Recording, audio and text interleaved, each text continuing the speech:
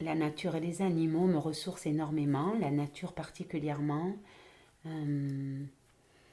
parce que l'existence, c'est vrai qu'elle n'est pas facile, parce que les dernières années ont été compliquées aussi, parce que l'humain n'est pas toujours non plus une chose, l'humain n'est pas toujours facile non plus, parce que il y a beaucoup de souffrance quand même dans la vie, il y a beaucoup de mal-être. Et j'essaye de me ressourcer avec la nature pour que être le plus positif possible et que cela puisse être transmis dans mon travail et dans mes relations avec mes proches afin de les ternir le moins possible au travers de cette existence qui n'est pas toujours simple. Qu'est-ce que t'apporte la nature et les animaux? De la respiration, les animaux, beaucoup d'amour. Les animaux m'apportent beaucoup d'amour.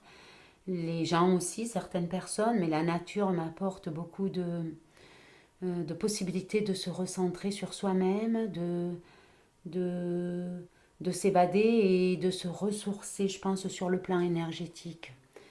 J'aurais été fascinée de travailler avec les animaux, mais je pense que je n'en aurais pas été capable.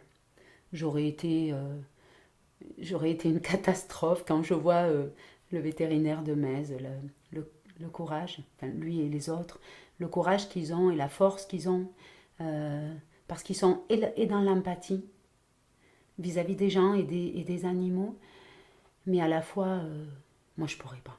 Mais ça m'aurait fasciné de soigner les animaux, mais je peux pas. Le jour où je serai éventuellement en retraite, je dis pas que je le ferai du tout, mais un regard utopique fait que j'aurai, si je pouvais, une immense propriété avec des animaux, énormément, une meute de huskies, de chevaux, je serais heureuse, mais je serais malheureuse. Parce que dès qu'un bobo, dès que mon chien est malade, c'est la cata. C'est la cata. Et je me rappelle lorsque je travaillais à Tarbes, donc j'avais mon husky qui était diabétique. Je le piquais matin et soir à l'insuline, donc quand j'étais pas là, c'était une amie et maman qui le piquait et ma soeur.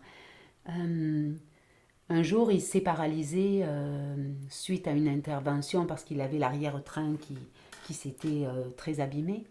Et quand je partais à Tarbes, il m'arrivait de passer le trajet malade parce que je le laissais.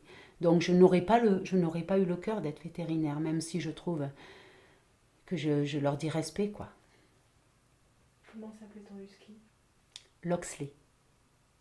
C'était ma sœur qui avait trouvé le nom parce que j'aime aussi les prénoms un peu originaux, parce que Robin des Bois, Robin de Loxley. Et que je ne voulais pas qu'on le mémorise facilement au cas où on me le prendrait.